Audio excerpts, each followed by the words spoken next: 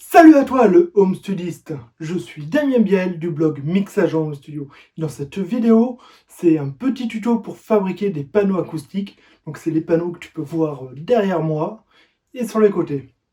Juste avant, je vais répondre à quelques questions. Donc il y a Sandra qui me demande à quoi servent les panneaux acoustiques. Est-ce que ça va insonoriser la pièce? Alors les panneaux acoustiques sont là pour corriger l'acoustique des lieux, pas forcément insonorisé, parce que il y a deux choses à ne pas confondre. C'est une insonorisation, c'est-à-dire que le son il ne sort pas de la pièce et où le son externe ne rentre pas dans la pièce. Donc ça c'est vraiment compliqué, il faut vraiment bien isoler les deux.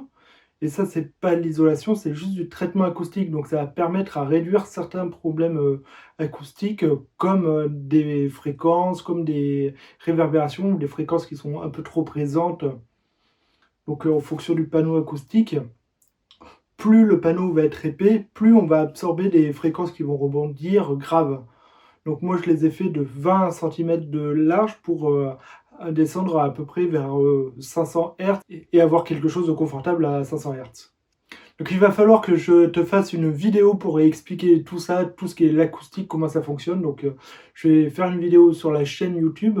N'oublie pas de t'abonner à la chaîne YouTube et d'activer la petite cloche pour être notifié de cette prochaine vidéo qui va sortir bientôt. Une autre question de Sikis: quelle taille il faut pour un home studio? Donc il n'y a pas de règle, mais sache que plus ton studio va être petit, plus tu vas avoir des fréquences qui vont rebondir les unes contre les autres. Et on a un effet flotteur, donc ça, c'est un effet acoustique bien spécifique qui va amplifier vraiment une fréquence et qui va être pas très audible. Donc c'est le cas dans certains couloirs. Il faut vraiment un peu d'espace pour que le son puisse s'exprimer dans la pièce. Par exemple, moi j'ai 12 mètres carrés, un peu plus 12 mètres carrés, mais je suis bas de plafond. Donc un home studio à partir de 10-12 mètres carrés, c'est vraiment idéal. On peut le faire dans 9 mètres carrés, mais on va choisir des panneaux acoustiques un peu plus petits parce que sinon ça va vite réduire la taille. Généralement, on prend ce qui reste en pièce, il faut voir avec sa compagne, hein. Une fois qu'on a casé le lit, la chambre à coucher, je sais pas quoi et je sais pas quoi, ouais, il reste une pièce, on peut en faire un home studio, on est content.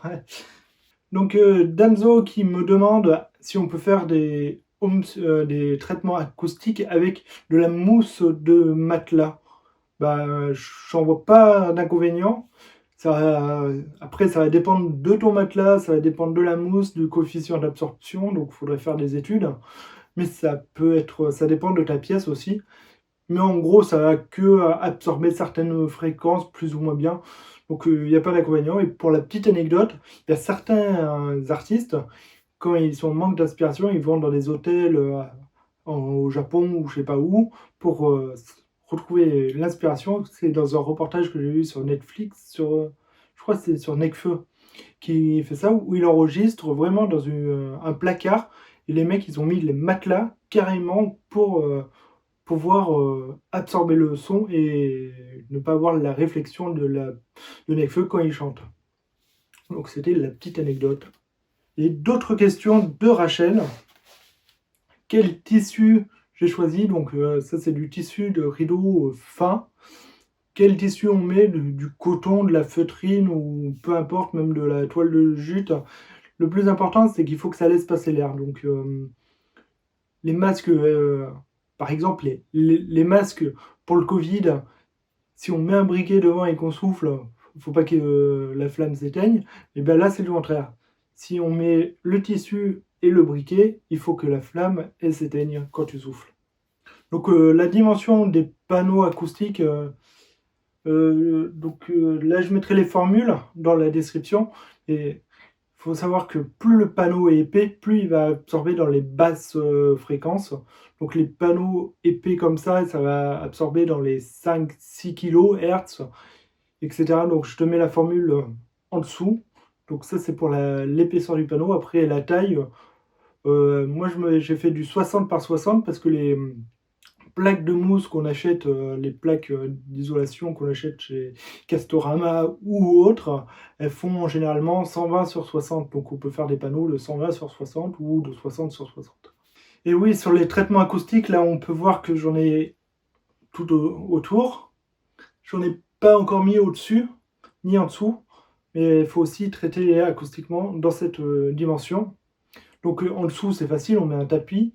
Et au-dessus on met ce qu'on appelle des clouds, des nuages de plafond, des traitements de plafond. En gros, on met un gros cadre de bois avec de la laine à l'intérieur et on isole. Ou alors il y a une technique de parapluie inversé, mais le parapluie inversé, si je le mets là, ça va être chiant. C'est une technique, en gros, on prend un parapluie, on l'inverse, on met plein de mousse dedans et on le fixe au plafond. Donc voilà, c'est tout pour les questions. Va falloir que je te fasse une autre vidéo sur Room EQ Wizard qui te permet de bien calculer toute l'acoustique de ta pièce, et vraiment une autre vidéo pour expliquer comment on fait l'acoustique. Donc n'oublie pas de t'abonner et de liker évidemment aussi, et d'activer la cloche pour être notifié de la prochaine vidéo. Et les plans, ici tu peux les retrouver dans la description de la vidéo, j'ai mis tous les plans pour fabriquer ces petits caissons acoustiques. Donc je te laisse avec la suite de la vidéo et on voit tout de suite comment on fabrique ça de l'étape A jusqu'à Z. Ici j'ai pris du contreplaqué, j'ai deux dimensions, deux épaisseurs de contreplaqué. J'ai du contreplaqué 9 mm pour faire les côtés du panneau. On va faire un panneau de 60 sur 60 avec à peu près 20 cm d'épaisseur, pour bien absorber les fréquences, pas graves, mais les médiums. Et du coup, ça sera pour les côtés du panneau, en 9 mm. Et là, pour le fond du panneau, j'ai pris du contreplaqué 5 mm. Ici, j'ai pris de la... Hop, comment ils appellent ça? De l'isolation. Donc c'est la laine de coton. En gros, ça ressemble à ça. C'est des plaques de laine de coton de 10 cm d'épaisseur qui font 120 par 60. Donc je vais mettre une plaque que je couperai en deux. Donc une plaque coupée en deux, ça fait des plaques de 60 sur 60 que je superposerai dans mon panneau pour avoir 20 cm. Donc ça fera des panneaux épais comme ça pour pouvoir absorber le son et les fréquences médium. Donc j'ai choisi de la laine de coton. La laine de coton, en gros, c'est tout ce qui est vieux jeans, vieux vêtements qui sont broyés et qui en font de l'isolation. C'est peut-être un peu plus cher, mais c'est de meilleure qualité acoustique.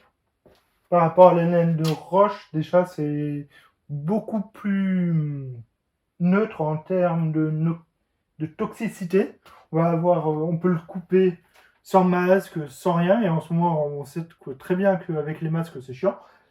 Donc on peut le couper comme ça, c'est plus facile, ça fait moins de poussière, c'est moins irritant, il y a moins de produits toxiques à l'intérieur, de colle, etc. pour maintenir le tout en place. Et après, donc une fois qu'on a ces deux choses, le contreplaqué et la laine, on peut faire la plus grosse partie du panneau. On prendra après un tissu, donc soit du coton qui laisse passer l'air. Moi j'ai choisi, j'ai des vieux rideaux rouges, je ne les ai pas là pour la vidéo, mais je prendrai des vieux rideaux rouges qu'on va agrafer pour faire un panneau plus esthétique. Mais on peut prendre la toile de jute ou de coton qui va faire la même chose. En termes d'accessoires, pour couper bien droit les panneaux, on va prendre une scie circulaire. Je me suis fabriqué un petit guide, donc ça on trouve des tutos sur internet. Ce petit guide, c'est pratique pour couper bien droit, parce que la scie circulaire, quand on la tient comme ça, on peut bouger comme ça et faire des vagues, donc c'est chiant. Et ce panneau permet du moins ce guide, il permet de, par exemple, couper ta planche. Tu veux couper ce petit bout là, tac, tu mets ta scie circulaire et tu suis directement le guide.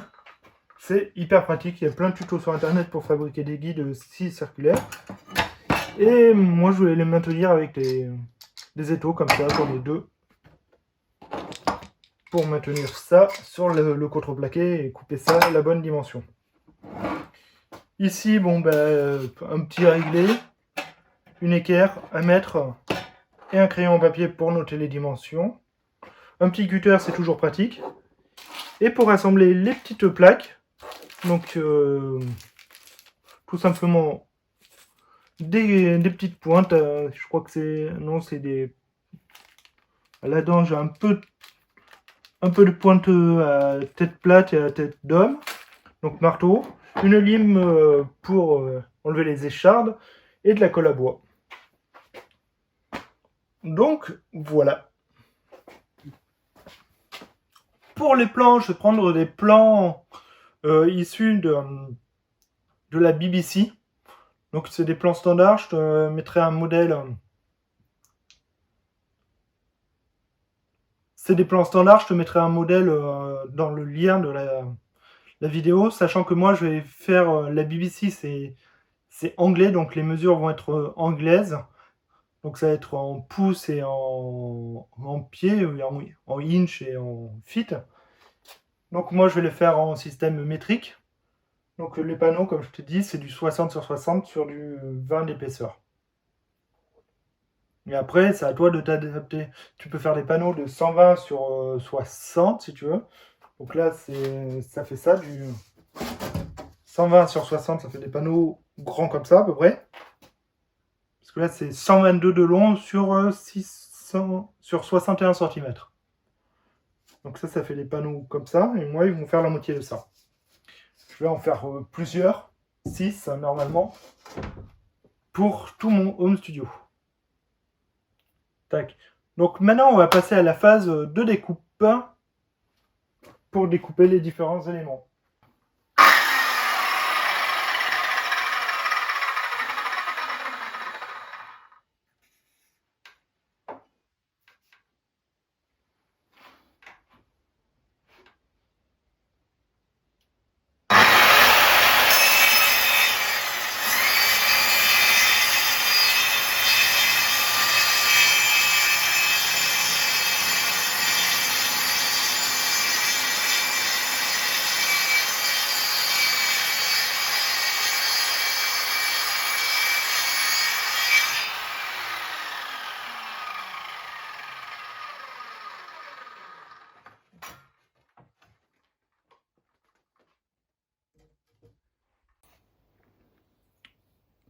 Donc voilà ce que ça donne.